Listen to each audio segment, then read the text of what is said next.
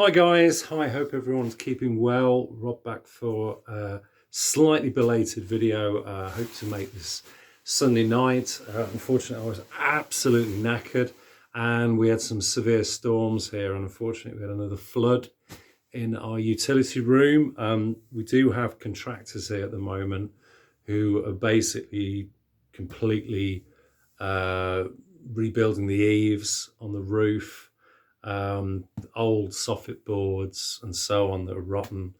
They all the tiles need taking up. We also had a wasp nest as well. We'd had two wasp nests. There was an old one that was discovered that was exposed when they took the soffit boards down, which actually blew halfway down the street. And then there was another one because we saw wasps going in, quite a small one. Yeah, they bought some stuff and treated it, so they're now gone. So yeah, it's a kind of ongoing thing, and obviously with the weather, we've got scaffolding up around the house and everything, and with the ongoing weather, it's not helping things, and they're sort of doing it in dribs and drabs, and my mum's kind of losing the will to live, basically. But yeah, it'll get done eventually. And although I hear that we've got about another 12 days of rain here in the UK, so it's going to be a slow process, I think. So, but anyway, so enough of that. I've got an awful lot to show, so I'm going to try and rattle through this as quickly as I can. Basically, this video will be split into three parts. The first one of the parts is all the records that I've bought from Ben's over the last couple of weeks. So they're not in the order that I bought them, they're just kind of all basically bunched together. There's also a couple of online purchases and a few records that I've bought from a record shop down in Boscombe, that's because of the rain. Boscombe, down near my sister's flat in Southbourne, where I went on holiday. Okay, but to kick off with, I'd like to show this. So as many of you, as quite a lot of you know, particularly in the UK, Martin Parrot, the vinyl scavenger, he periodically produces these kind of mashups, which are kind of combination of kind of audio samples, usually quite thematic with kind of Christian themes and so on. But always interesting, always worth a listen. And Martin very graciously always sends me a copy of these discs that he's produced, and he puts quite a bit of effort into it, you know, in the packaging and so on. He messaged me to say that he'd produced, he'd got another one. And so I actually picked this up, I think it was a week before last. It's this, which is, it's actually titled Spanish Rhapsody for Guitar and Plunderphonics. Okay, so this is quite different to what he normally does. There's no kind of Christian or religious overtones with this. This is a friend of his called Marcus Maron, who's playing some Spanish, really nice Spanish acoustic guitar as a backdrop to a kind of a sort of Spanish linguaphone kind of thing. So, you know, these recordings that you used to get if you were learning a language, and so on. And it's put together in a very interesting way. There's actually, I think there's only 2 tracks on it. So there's a short version what he calls a 7-inch mix, and there's a 12-inch longer mix. But it's an interesting listen, and it shows a lot of creativity on Martin's part. Yeah, so if you want to find out more from Martin, those who aren't already in touch with him, you can go to structureddisasters.bandcamp.com, where you can presumably purchase other recordings that he's done, or you can email him, Martin Parrot, that's MartinParrott @gmail.com. Okay. Yeah, and go and check Martin's channel out. He doesn't always make videos that regularly, but normally sort of, once a month, I'd say at least on average, he will make a video. He sells records at car boots and fairs and so on. He's got incredibly eclectic taste, so whenever you check into his channel, you never know what you're going to find, which always makes things really, really interesting, because at the end of the day, that's why a lot of us are here, to discover new music and, stuff that we've not heard before. So, okay, so thanks very much to Martin for that. Okay, so these are the finds now I'm going to show you. Okay, so I'll start off with the online finds. Okay, so I actually picked this up on the Friday I broke up for my holiday, so it was about 10-11 days ago. Okay, this is one that I'd been waiting to be released out on pre-order. So this is the Stephen Wilson reissue remix of the classic Hawkwind album Warrior on the Edge of Time from 1975. This is cut at Abbey Road Studios, yada yada yada. You already know how I feel about that. But yeah, and I mean, to be fair, it sounds pretty good. I know some Hawkwind fans, they quite like the muddy kind of sound of the original mixes, because not particularly with their earlier 70s stuff, Hawkwind albums aren't particularly kind of sonically great. I think from Hall of the Mountain Grill onwards, they kind of improved things in the studio, and this is no exception. This is a really great sounding album, but more than that, the songs are really, really good. There's a sort of loose theme going through it, based on a Michael Moorcock story. I also believe that they teamed up again for the Chronicle of the Black Sword, sort of 10 years later, which I think was 1986. That was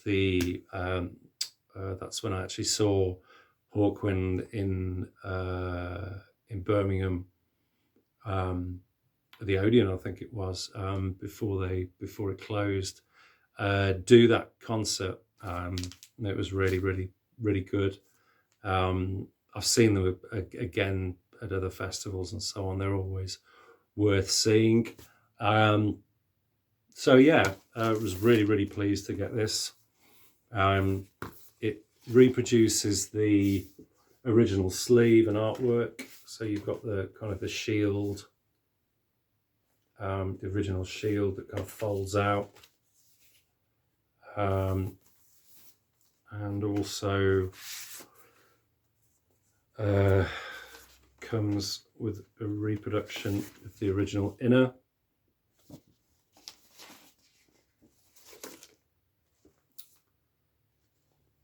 Yeah, really, really nice. Really, really nicely done. I sort of balked almost at getting it because it was really, really expensive, but with the price of everything going up, vinyl's no exception. And, you know, as I say, as I've said before on other videos, I moan like crazy about it, but I'm always a little bit dubious about new releases because they're not always in polyline inner sleeves. The pressing quality is dubious. But I needn't have worried about this. It sounds really, really good. And it's a great album. Definitely one of the highlights of their kind of mid-70s period. Yeah, really pleased to get that. Okay, and then today I picked up this, which is original album series of the Electric Prunes on CD. So yeah, I've been kind of holding out for quite a long time for original Electric Prune vinyl copies. They're really, really difficult to come across. I think Underground, the second record, I'd seen at a record fair about 12, 18 months ago. The guy wanted about 25 quid for it and it was wrecked. So I thought, you know, I could get a reissue for around about that kind of cost. But then, yeah, I saw this on Amazon and it was like 14 quid. So, you know, for 5 albums, you can't really complain. So this contains Electric Prunes, the debut, obviously with the classic I Had Too Much to Dream last night. And then the second album, Underground, which is probably my favourite. Then third album, Mass in F minor, which is a real kind of departure from the kind of garage psych sound of their previous 2 albums, which I don't think the band had an awful lot to do with, from what I can gather. Yeah, then there's the 4th album release of An Oath, and the 5th one, Just Good Old Rock and Roll. Neither of those I'm particularly familiar with, but to be honest, I bought it for the first 2, which I think are probably the highlights. So yeah, pleased to get that. Okay, so whilst I was on holiday, I went to a record shop which I've passed loads of times on the way in over the years of going down there. It's called Snoopy's, SNU-PEAS, Snoopy's Records. I believe it's about 40 plus years old. Certainly from the frontage, you can tell that it's a kind of proper old school record shop. I finally gave myself the opportunity to go in, get some time, and you know, spend about an hour and a half in there. Went in, and it's like one of those old record shops where there's just records everywhere, piled up to the ceiling. Probably a good 50% of it wasn't curated. They had a central kind of bins that were A to Z with rock, country, etc., which was actually quite well laid out. The problem is that all the sleeves were packed in really, really tight.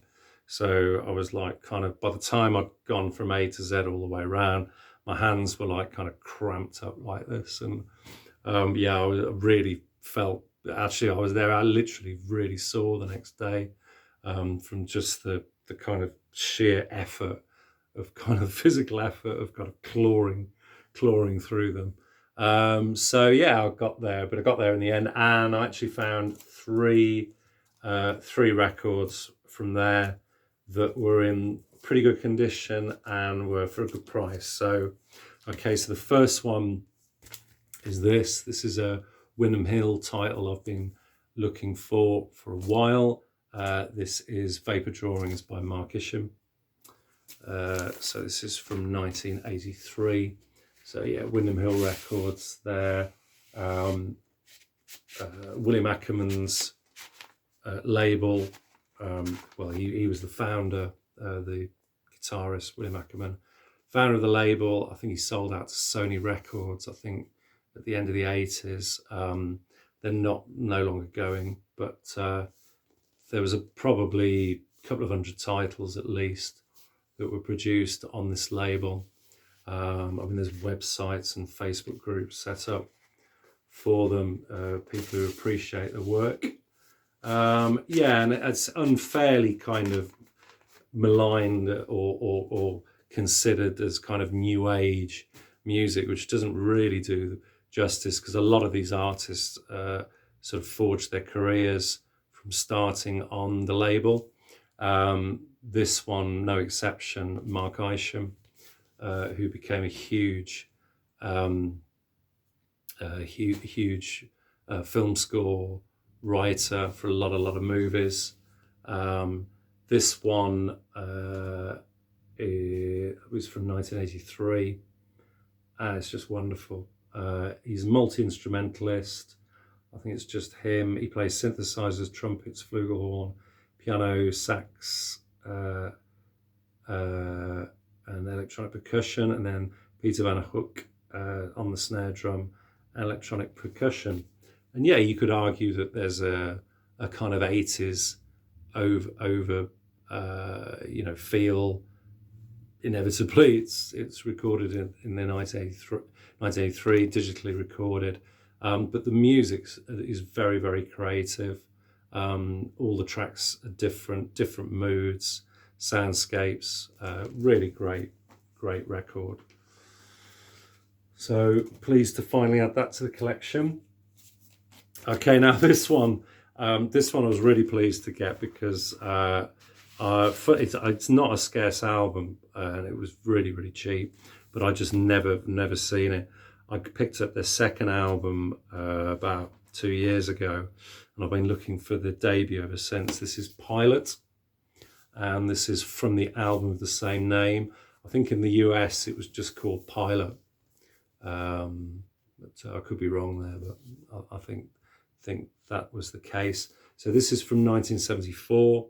So yeah, basically you've got the main songwriter here, who's David Patten, who was a kind of session guitarist, producer, worked with acts like Camel and so on in the 70s. Really good musician. This is just a terrific pop album. It's totally uncool, but it just sounds fantastic. It's very upbeat, positive, and it's just a feel-good pop record from the 70s. Yeah, it's of its time to a certain extent, but I mean, you've got songs like Just a Smile and the wonderful Magic, fantastic.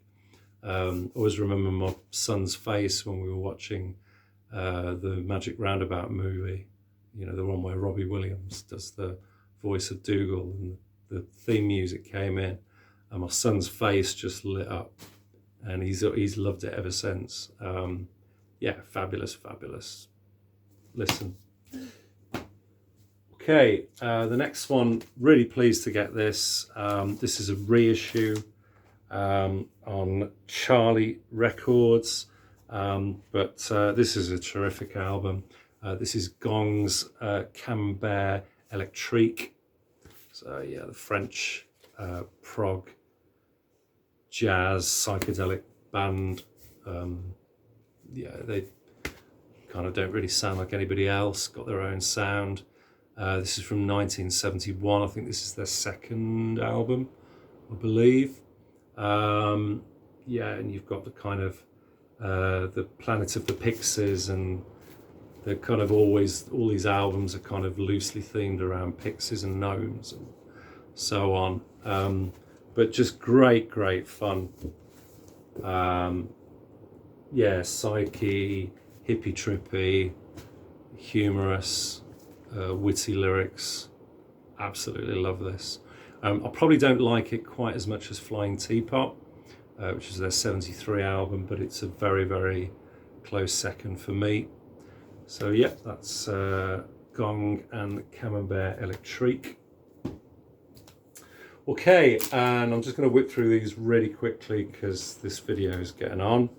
Okay, so these are all finds from Ben's. over the last couple of weeks or so. So yeah, a couple of visits. Again, most of these he gave me a heads up on a video. Normally does a flip video, sends it to me usually midweek once he's bought the collections. So I get first dibs. So really pleased and always appreciated that he does that. Okay, so this one is a German band, krautrock band called Healer, and this is Bury My Heart at Wounded Knee. I've seen a couple of people on the VC show this over the years. I've always been intrigued to listen to it and hunt it down. I streamed it, and yeah, boy, this is a great record. It's based on the novel of the same name. So sort of about the sort of Indians, North American Indians and their plight and so on.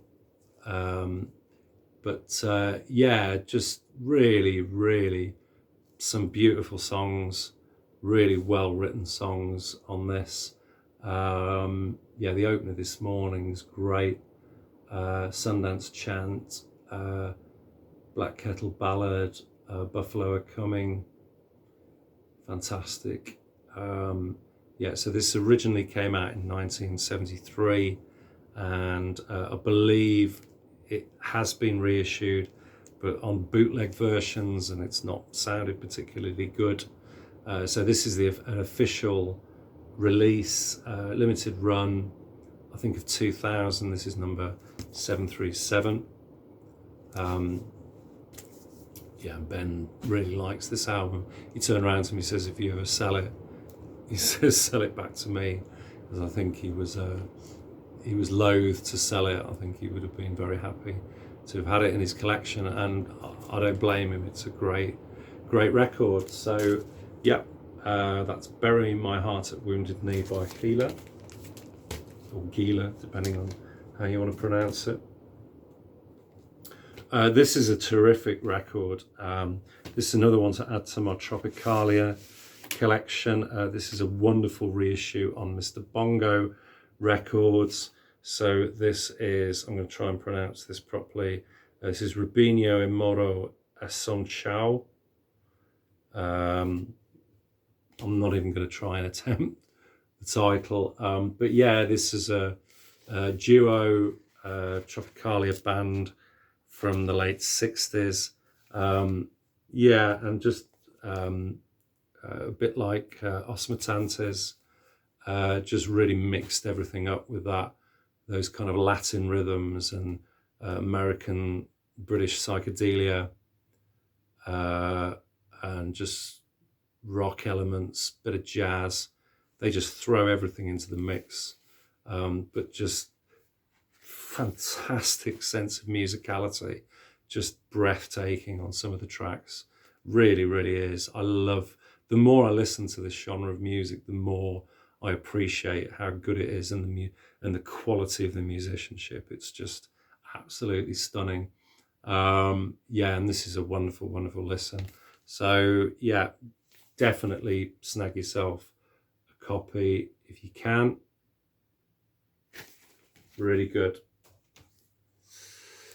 Okay, this is quite a left field soundtrack album.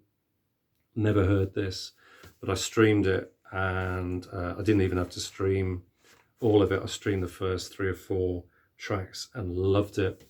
This is a kind of cult Italian film soundtrack called Femina Ridings, and this is by Stelvio Cipriani, and this is a relatively recent reissue on Four Flies Records.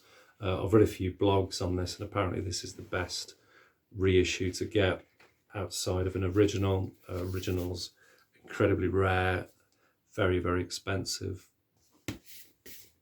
as these things usually are. So yeah, I wasn't familiar with the film, but the music is just wonderful, and there's a bit of all sorts on this. It's kind of sweeping, majestic, kind of Morricone style, Western kind of motifs. You've got psychedelia. There's some very sweet feminine female vocal, sort of orchestral, really quiet orchestral bits that just are really transcendent. It's fantastic. I'd immediately put this into my top 5 or so soundtrack albums. Really, really recommend this one. Okay, next one. Given up trying to find an original of this. I have seen them, but they're usually scratched or very expensive. So Ben had this one in, and I was happy to get this. This actually came from a collection of records that were in mint condition, that were really, really well looked after. It is a reissue on Music for Pleasure, but it's Julie London's debut. Julie is her name. So obviously you've got the classic Crimea River on there, and some sort of popular jazz standards and so on that she would interpret, as a lot of these singers from that period would do. Yeah, we all know Julie London, fantastic voice, very sultry, wonderfully arranged. Just, yeah, put it on and just drift away. She's wonderful. So yeah, glad to add that to the collection. This is probably one of my favorites. I absolutely love this. Really, really pleased to pick this up. This is Kevin Coyne's second album, and this is Marjorie Razorblade. So this is his second album from 1973. It's a double album. And I think this is a reissue on Virgin. Yeah, it must be, because it's got the later 70s green and red Virgin labels. Yeah, it sounds terrific. And yeah, what a fabulous artist this guy is. I've streamed his first album several years ago, after somebody in the VC was just absolutely just gushing about him. I thought, yeah, I've got to check him out. Yeah, he's kind of cited as a kind of great kind of British blues singer, but for me, he's kind of more than that, because if it was just blues and nothing else, it wouldn't particularly interest me. But he's kind of got this social commentary and this humour. But moreover than that is just this absolute, just visceral quality to his performances and his vocals. It just absolutely just draws you in. He's really magnetic. I've seen performances of him, sort of Old Grey Whistle Test and so on, from the 70s, and you get a real sense that the guy is kind of on the edge quite a lot of the time, and as it turned out, he really was. He really was like that. So, but yeah, they say there's a thin line between kind of, genius and madness, I think. And I think this guy definitely straddled that line. So yeah, that's Kevin Coyne and Marjorie Razorblade. Okay, this one, really glad to pick this one. And this is just such a minty copy. So this is the wonderful magazine and the debut Real Life. A few years ago, I saw a copy of this in an antique shop, and it wasn't in anywhere near as good a condition as this, and they wanted 30 quid for it. So I've been on the hunt ever since for a really nice copy. I was going through this collection that Ben had picked up, and as soon as I saw this and saw the condition of it, I thought, I must have it. And he let me have it for a really, really good price. That's on that Virgin label.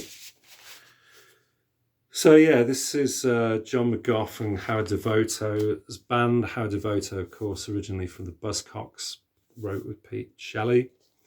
Sort of post-punk, almost kind of progressive in places, particularly with the keyboards and so on. And I think they were criticised in some quarters as being a bit proggy, but for me, that just adds to it. You've got this kind of punk sensibility from Howard Devoto and his kind of quite acidic kind of vocals with this just lush instrumentation and soundscapes behind. Absolutely wonderful. Great single shot by both sides. Motorcade's great. The first couple of tracks, Definitive Gaze and My Tulpa, absolutely wonderful as well, but not really a bad moment on this record. Very pleased to finally get a lovely minty copy of this. That's Magazine and Real Life. Okay, this was a really nice pickup. Very, very cheap. I've got a few of these now. I didn't know any of their records on vinyl, so pleased to get this. This is The World of Them. This is original on Decca label, that blue Decca label. I gave it a quick clean, but it just virtually didn't need it. I don't think it's ever been, or virtually never been played. Just fantastic, fantastic listen. Played this through the other night, really enjoyed it. I've got a lot of Van Morrison albums from the 70s, but as I say, nothing of his band Them. But yeah, this is just wonderful. Here Comes the Night, Baby Please Don't Go, version of Simon Garfunkel's Richard Corey. I Put a Spell on You, Gloria, of course, and the sublime It's All Over Now, Baby Blue, the version of the Dylan song, which was sampled by Beck for the track Jackass of his Odelay album, which I think was the first time I'd heard that actually. So, but yeah, wonderful, wonderful listen. Really glad to get that. Okay, and then the last one's just an upgrade. This is fast becoming one of my all-time favourite records. I know one or two of you as well in the VC hold this in very high regard. This is 1 year, Colin Blunstone. This is a second, or it's not an original pressing. I have an original pressing with a kind of textured sleeve. This is a later reissue, but probably not that much later because of the that Yellow Epic label. But this is just mint condition and sounds absolutely beautiful. There's quite a lot of slow, quiet passages on this that really need a really nice copy on vinyl to listen to.